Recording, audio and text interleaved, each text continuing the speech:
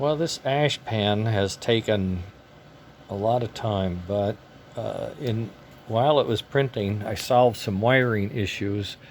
I had to bend this lead to clear the top for insertion. I've noticed I bent this pot over and I've pulled the lead out of the component, so I'm going to have to check it and make sure it's still viable.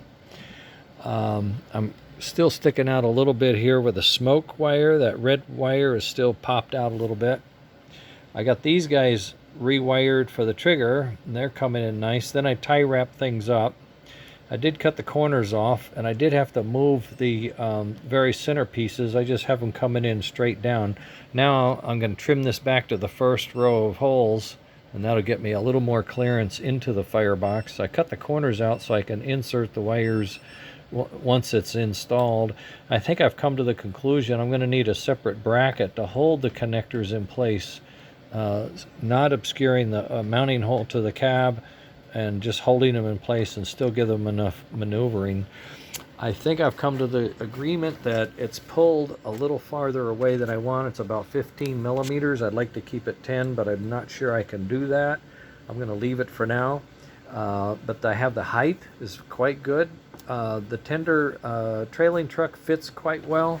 I'll roll this over if I can carefully, get this track out of the way. This track has been excellent for testing. I don't have a little layout anymore like I used to. I used to have a separate layout, but that got vetoed in the reorganizing plan by the CFO.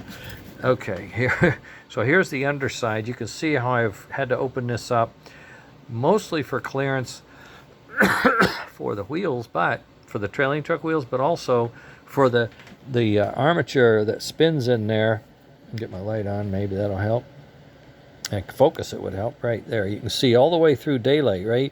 I got a lot of room in there now, so I could, if I wanted to, tighten that up just a fuzz more. To meet the cab, I just heightened this, made it thicker until I met it. I kept trying to move it, and I just wasn't able to, so I just did that.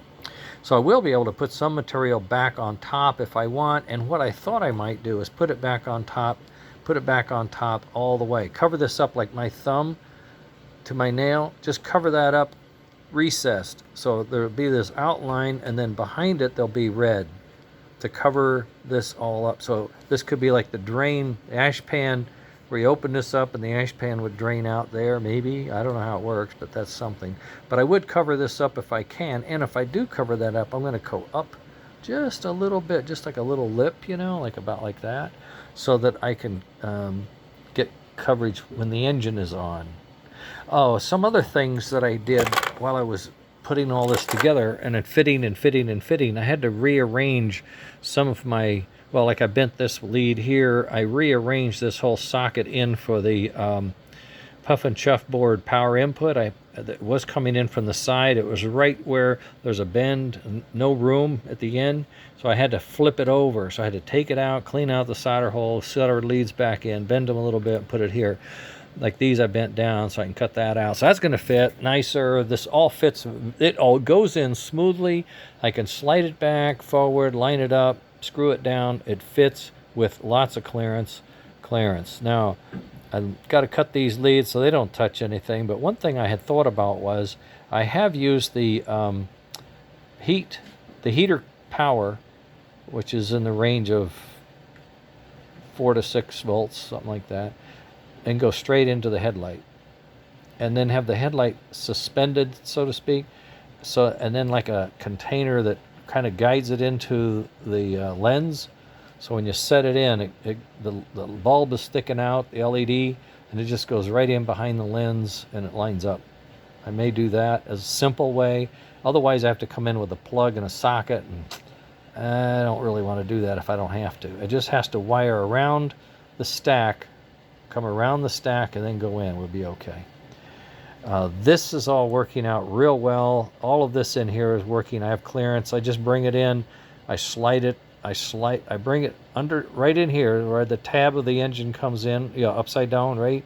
Then it slides back and then down again, and then I can go all the way back to here and back and lock it in, and it's just lots of room. It doesn't have a problem. It will assemble nicely.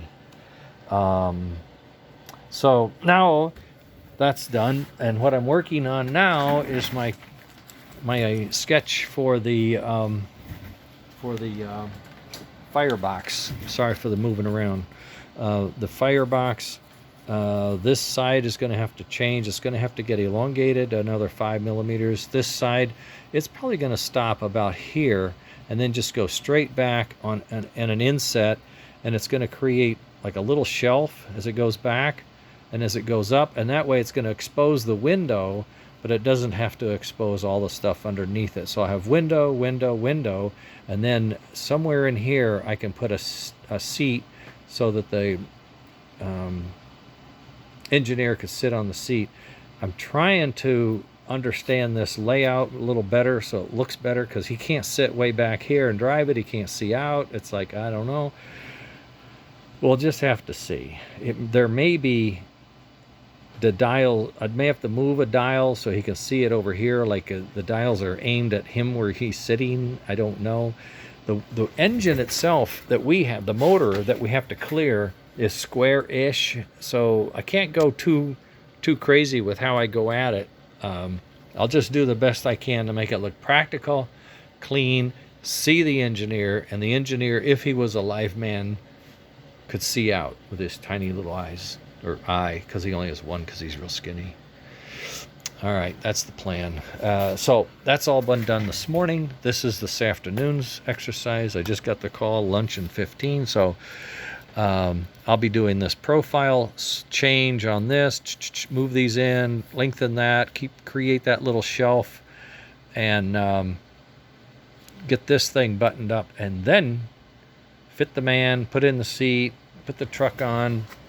I think I'm going to have to elongate this side here. I think it's too short, and that's a pain, but it's not the end of the world. It's only the sensor and the power supply, so that shouldn't be too bad to do. And then